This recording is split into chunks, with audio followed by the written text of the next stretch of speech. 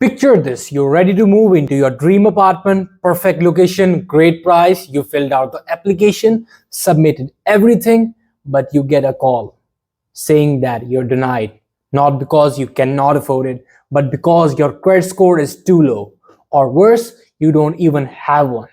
This happens to thousands of people every month, and it's completely avoidable.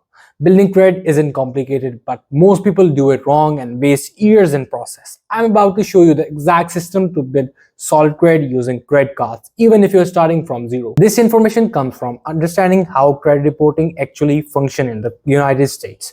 I'm breaking down the step-by-step process that works regardless of your age or income level. You will learn which card to apply for, how to use them without debt, the exact payment timing that maximizes your score, and the mistakes that destroy your progress. This is purely educational. Everyone's situation is different, but these applications apply universally. What a credit score really is. Your credit score is a number between 300 and 850 that tells banks, landlords, and employers how trustworthy you are with your money. Three companies, Equifax, Experian, and TransUnion, collect information about how you handle borrowed money and calculate your score. When you use credit cards responsibly, these companies record your behavior every month. Credit cards are the fastest way to good credit because they report your activity to all three bureaus. Two factors that matters most. Two factors control most of your score. First, payment history for account. 35%. This measures everything you pay bill on time. Second, credit utilization is 30%. This measures how much of your available credit you're using. Master these two elements and you're ahead of already most people. 6 to 12 months of consistent payments. Most banks refund your deposit and upgrade you to a regular starter. Unsecured cards do not require a deposit, but they're harder to get with zero history. Some credit unions offer them to members. Student cards work if you're enrolled in college.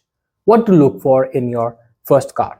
No annual fee, confirmation that they report to all three bureaus, a clear upgrade path. Don't worry about rewards yet. Your only goal should be establishing a track record. Application mistakes to avoid. Here's a critical mistake. People get rejected and immediately apply everywhere. Every application creates a hard inquiry that temporarily lowers your score. After, for one card, wait for the decision. If denied, wait 30 days before trying elsewhere. How credit cards reporting actually work. Once approved, most people misunderstood how to use their card for maximum credit building. Your card company reports your balance once monthly. This happens on your statement closing date, not your payment due date. Your statement closing date ends your billing cycle. Your payment due date comes 21 to 25 days later. Autopay versus manual payments. Set up autopay for at least the minimum payment. This protects you from missing a due date. But don't rely only on autopay. Log in monthly and manually pay your full balance. Autopay is your safety net. Understanding credit utilization. Bureaus prefer seeing utilization below 30%. Below 10 is better. 0% every month can slow progress because it looks like you're not even using your credit.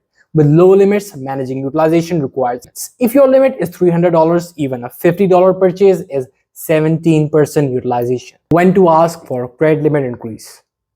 After 6 months of perfect payment, request a credit limit increase. Many banks allow this without a hard inquiry. Higher limits means a lower utilization for the same spending. Adding a second card. Your action plan. Research one starter card, apply once, make one small recurring purchase, set autopay for minimum, apply full balance before due date, repeat every month. Your credit score affects apartment, cars, and mortgages. Start building correctly now. Stay disciplined and patient.